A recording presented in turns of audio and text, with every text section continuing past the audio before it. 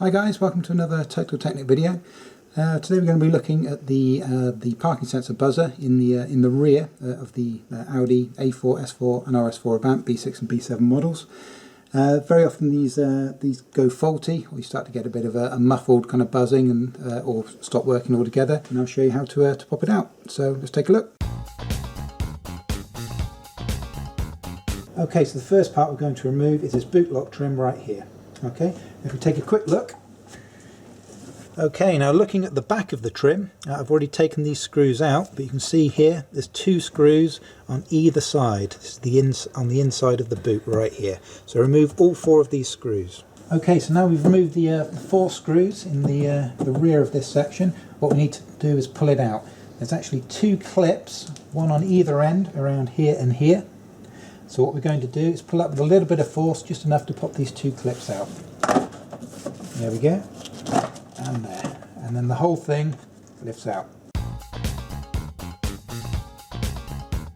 Okay, so next what we're going to do is we're going to remove the boot floor panel, this section right here.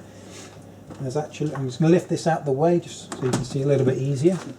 But at the back, right across the back edge, right in here, we've got two clips, one on either side. So if you give it a bit of a pull, a bit of a wobble, normally will just pop out, as simple as that.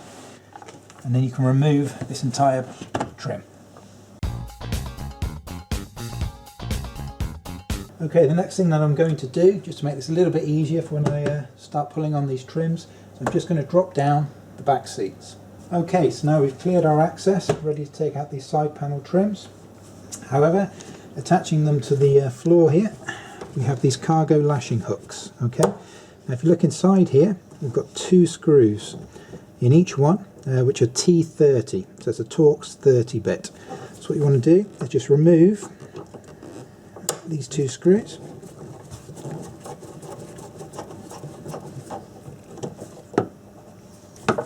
And the whole unit lifts out, and obviously you want to do this for the two that are on the side panel that you're working on, or if you're removing both side panels you need to remove all four. The next thing we're going to do is we're just going to remove this little hatch, get it out of the way. It's not essential, but it's nice to have that out of the way. It is a separate bit.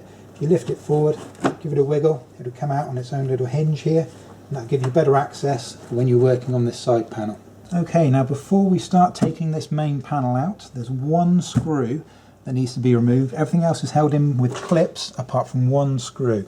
It's actually hidden away in this little section in here, which is where the load cover hooks into. If you look inside there, you'll see there's a screw. It's a standard size 2 Phillips to remove that. Okay, so what we're going to do next is we're going to actually pull this panel out. Now, as I said before, it's only clips that hold it in now, but it's important to realise where these clips are.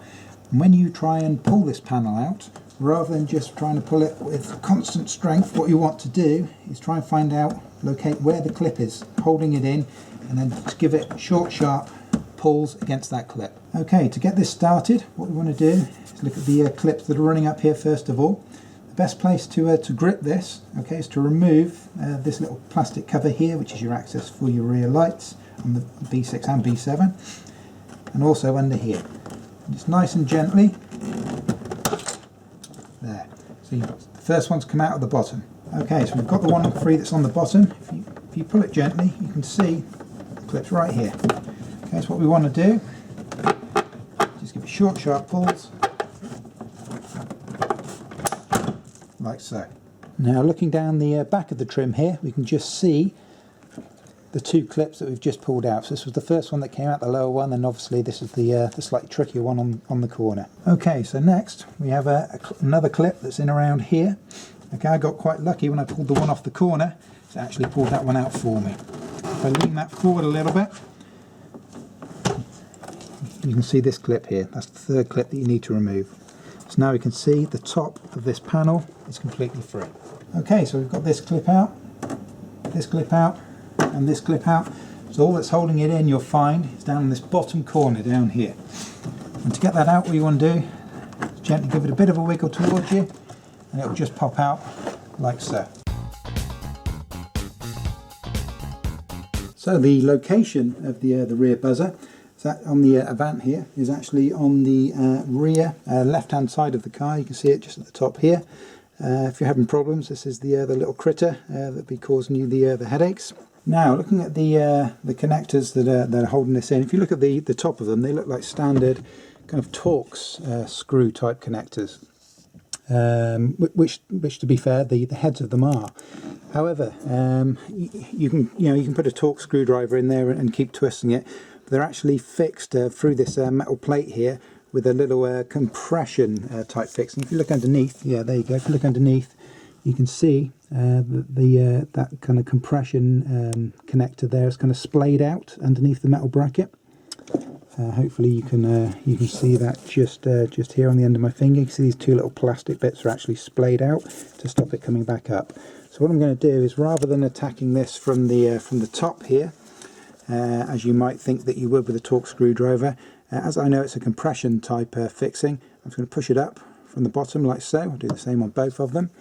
And then, using a flathead screwdriver, nice and gently, everything here is plastic, so don't do it too hard.